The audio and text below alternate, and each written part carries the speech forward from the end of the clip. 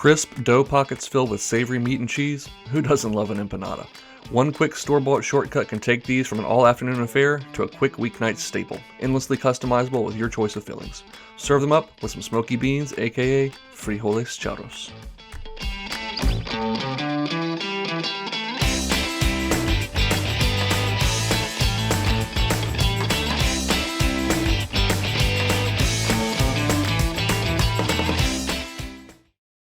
So we'll kick things off with a little bit of olive oil in a skillet over medium-high heat and add in 1 pound of relatively lean ground beef.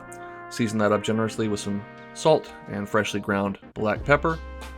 Additionally, we will sprinkle over about a teaspoon of ground cumin. All the exact amounts and instructions will be down below as usual.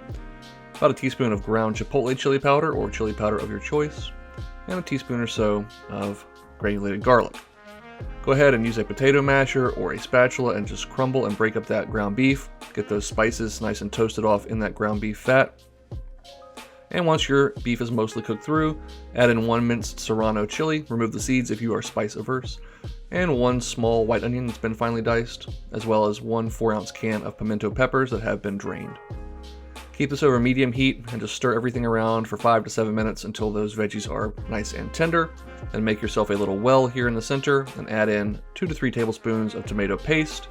Fry that out for 30 to 60 seconds and then go ahead and incorporate everything all together. Stir it to combine, give it a taste for seasoning, and then set it aside so it can cool off so we can work with it easily to fill our empanadas. But first, those frijoles. I'm adding 8 ounces of pork chorizo to a sauté pan over medium heat. As with our ground beef, we're going to crumble this up and render out that fat, break it up, and then, what do you know, add in 1 minced serrano and about 1/4 of a white onion, or about a 1/4 cup. Again, go ahead and stir those veggies around in that ground meat and all that beautiful chorizo fat. And then we're going to add in 2 cans of pinto beans that I've mostly drained, but a little bit of the starchy bean water is fine, along with 1 can of fire roasted diced tomatoes. Again, I drained off most of the moisture. We can always add a little splash of water if this gets too thick, but we don't want it to be a swimming pool in there. So go ahead and scrape up the fond off the bottom of that saute pan, stir everything around, keep this over medium heat for 5 to 7 minutes so those veggies get nice and soft. Give this a final taste for seasoning with salt and pepper. And then again, just add water if you want it to be a little looser. If you want to smash some of those beans for a more refried bean texture, go for it.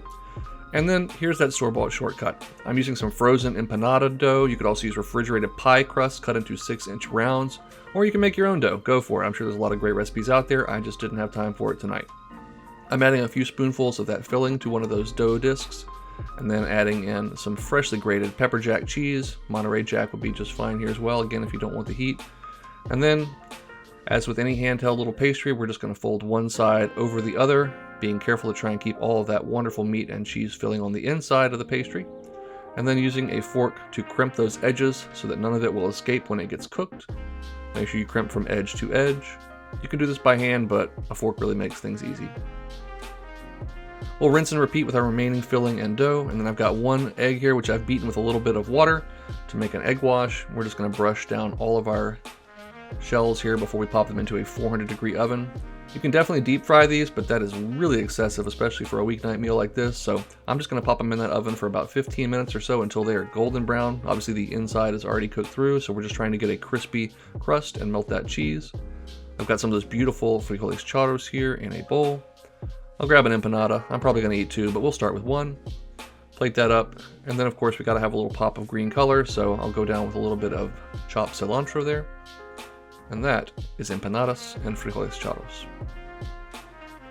That egg wash gives you a beautiful lacquered shell on that dough. It is just crisp, but yet totally tender. That cheese, as you can see, has gotten all nice and melty on the inside. Take a look, those veggies are soft.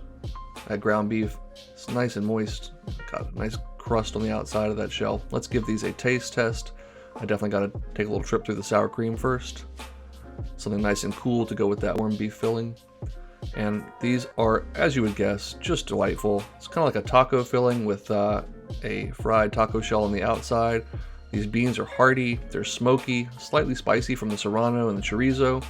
All of this stuff can be totally tailored to your tastes. If you don't like spicy stuff, just go a different direction. You could even keep it vegan and just make a bean filling for the empanadas, but I definitely recommend you give them a try soon.